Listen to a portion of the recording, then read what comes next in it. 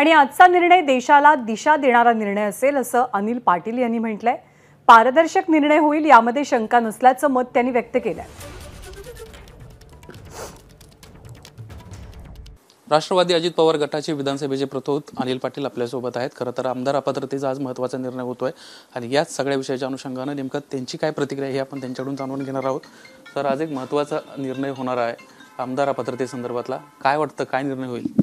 मला असं वाटतं की हा निर्णय जो असेल तो पूर्ण देशाला या बाबतीमध्ये एक प्रकारची दिशा देणारा निर्णय असणार आहे आणि विधानसभेचे अध्यक्ष हे स्वतः वकील आहेत, कायद्याचं त्यांना पुरेपूर नॉलेजसुद्धा आहे। त्यामुळे दुपारचा जो निर्णय होणार आहे तो अतिशय पारदर्शी आणि योग्य पद्धतीने तो होईल। 4 वाजेपर्यंत आपल्याला सगळ्यांना थांबावं लागेल। सगळ्यात महत्त्वाची बाब, राष्ट्रवादीचं देखील आता लवकरच सुनावणी पार पडणार आहे, त्याच्यावर काही याचा परिणाम होईल?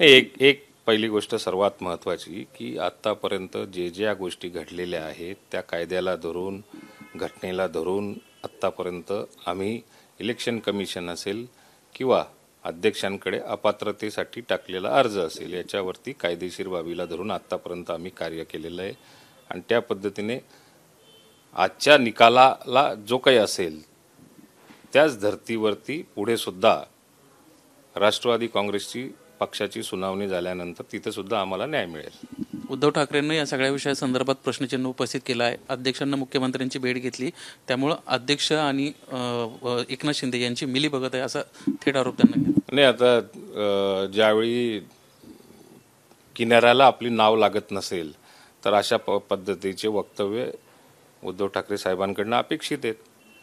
निर्णय काय होईल, आपण किती कमजोर आहोत, आपल्या पक्षाचं धुळीस किती आपण सगळे मिळून मिटवलेलं आहे हे त्यांच्या बाब लक्षात आलेली आहे। त्यामुळे अशा पद्धतीचं एक माइंड गेम ज्याला म्हटलं जातं, लोकांमध्ये असं चित्र निर्माण करायचं की ह्या स्वरूपाचं भेट झाली म्हणून हा निर्णय असा होऊ शकतो, याचा अर्थ उद्धव ठाकरे साहेबांना त्यांच्या वकिलांनी स्पष्टपणे काय निर्णय येऊ शकतो याची कल्पना दिली असेल। त्याच्यासाठी ती एक रणनीती असेल, बाकी त्याच्यात दुसरा काही अर्थ काढण्याची गरज नाही। देवेंद्र फडणवीस म्हणतात की सरकार स्थिर राहील, सरकारला काय होणार नाही, याचाच अर्थ शरद पवार म्हटले की अध्यक्षांच्या भूमिकेबद्दलच संशय निर्माण होतो।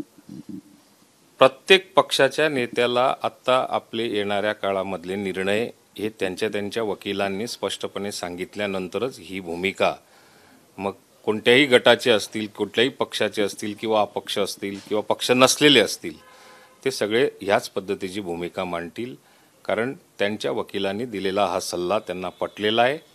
त्यामुळे निर्णय त्यांना अपेक्षित आहे काय येऊ शकतो, त्यांच्या बाजूने किती आमदार आहेत, खासदार आहेत, लोकप्रतिनिधी आहेत, पक्षातले कार्यकर्ते आहेत, पक्षातले पदाधिकारी आहे, याची पूर्ण त्यांना कल्पना आहे आणि ते ऑन पेपर इलेक्शन कमिशन किंवा विधानसभेच्या अध्यक्षांकडे असलेलं पिटिशन याच्यामध्ये जवळपास सबमिट झालेलं आहे, त्यांना पक्का अंदाज आहे, म्हणून हे वक्तव्य आहे। शेवटचा प्रश्न, शरद पवारांना काल तुमच्या सर्वांबद्दल नाराजी व्यक्त केलेली आहेत, इतरांच्या बाबतीत माहीत नाही, पण जे कारणीभूत होते सत्तेत सहभागी होताना, ज्यांना निर्णय घ्यायला भाग पाडलं, त्यांना मात्र कायमचे दरवाजे बंद आहेत असं स्पष्ट मत त्यांना काल व्यक्त केलं। दरवाजे उघडायलाच कोण सांगतंय? कायमचे दरवाजे बंद उघडे, पहिली गोष्ट येणाऱ्याला वाटलं पाहिजे की आपल्याकडे आलं पाहिजे असं। दरवाजे उघडे काय, अख्खे दरवाजे बिल्डिंग धासळून सगळं दरवाजे उघडं करून ठेवलं तर येणाऱ्याची इच्छा असली पाहिजे। कोण जायला तयार आहे तिथे, कशाकरता जाणार आहे? आमचा अजितदादांच्या नेतृत्वावरती पूर्णपणे विश्वास आहे, महाराष्ट्रातल्या जनतेचा त्यांच्यावरती विश्वास आहे। त्यामुळे जो काम करणारे, लोकांना उपयोगी ठरणारे, लोकांच्या विकासाचा ध्येय ठेवून चालणारा व्यक्तिमत्व आहे, त्याच्यावर विश्वास आहे, आम्ही त्याच्याबरोबर राहणार। त्यामुळे कुणी कितीही दरवाजे उघडे ठेवले आणि मग बंद करायचं ठरवलं तरी जाणारे कुणी तयार नाही आहे। उलट येणारे ती काय दरवाजातून बाहेर किती येतील याची सगळ्यांनी काळजी घेतली पाहिजे। संपर्क नाही का? संपर्कात म्हणण्यापेक्षा सातत्याने जी गळचेपी होते की 2-3 नेत्यांचा, आता काही नेते जे आहेत त्या नेत्यांच्या माध्यमातून जे पक्षाला डॅमेज केलं जातंय, त्या डॅमेजला कंटाळून बरेचसे त्यातले नेते जे आहेत ते नेते येणाऱ्या काळामध्ये कुठल्या ना कुठल्या पक्षात जातील। ते आमच्याचकडे येतील असं म्हणता येणार नाही, पण कुठल्या ना कुठल्या पक्षात ते जातील, कारण का गळचेपी होते। डॅमेज कंट्रोल कसा करायचा हे स्वतः साहेबांना सुद्धा कदाचित कळत नसेल, एवढा डॅमेज कंट्रोल होऊ शकत नाही असा अंदाज बऱ्याच नेत्यांना आहे. शरद पवारांनी काल तुमच्या प्रश्नांना उत्तर दिलेलं आहे. 58 सातत्यानं त्यांच्या वयावर तुम्ही बोलता, पण 37व्या वर्षी मी मुख्यमंत्री होतो. दादा आता जवळपास 63व्या वर्षी आहेत. काय वडिलांचं सुद्धा काम असतं की एक ठराविक वयानंतर आपल्या चाव्या मुलांच्या हातात द्यायला पाहिजे, पण मोह कधी कधी सुटत नसतो. आता हे गणित आम्हाला काही कळलं नाही.